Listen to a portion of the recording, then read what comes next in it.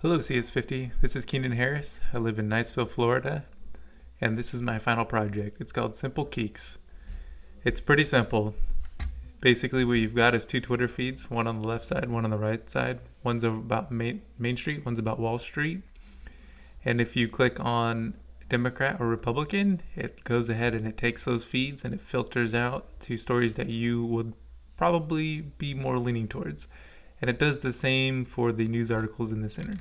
So if we go ahead and we click on Democrat, it goes ahead, you can see it rearranged Main Street and Wall Street, but it left Elon here in the middle. And then if you go over to, give me a second. It's just running on AWS T2 Micro, so it doesn't have a ton of speed. And then if you click on Republican and give it a minute to go ahead and chug through all the calculations, it'll do the same. You can see President Trump over here, some different stories appear.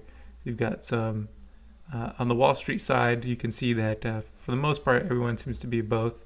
And you can go ahead, I put in the functionality of being able to log in.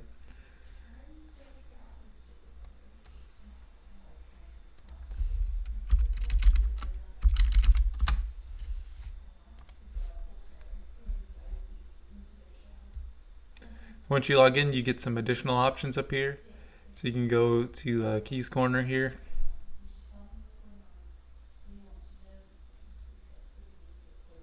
Once you come here, I put in some of the finance web in here, so you can go ahead and select different stocks you want to watch.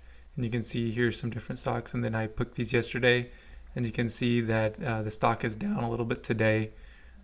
Quite a swing on Amazon stock today. And then there's some foreign articles, same thing, you can go ahead and filter out, and then there's also some foreign live feed. You can do the same filters here. I also put in space for some future possible advertising. And then I have a COVID tracker. This is actually, the dash is made by my brother. His website's been down, so but all it is a COVID tracker that I pulled from his information pulling into here to display. Really not that big. The only reason I did it is because his server he didn't do the SSL encryption. Mine, you can see I did implement that, and so I wanted to give him that ability to host it through my website here. The thing that really makes this go isn't necessarily the ability to choose. It's actually, I built two different Python programs to be able to update both the Twitter APIs. So these come in, they don't come in all the time. You're limited to 15 queries over a 15-minute period. So it's not 100% integrated, but it's a middle solution. And then I have the ability to input both articles here and on the Keys Corner via a Python script, where I just enter in the information and it connects to the database and updates it. Since it is an SQLite database, I have to take down the web page, obviously, to do that for about a minute or two to make the update, both to the database that's displaying the tweets and the database displaying the news articles.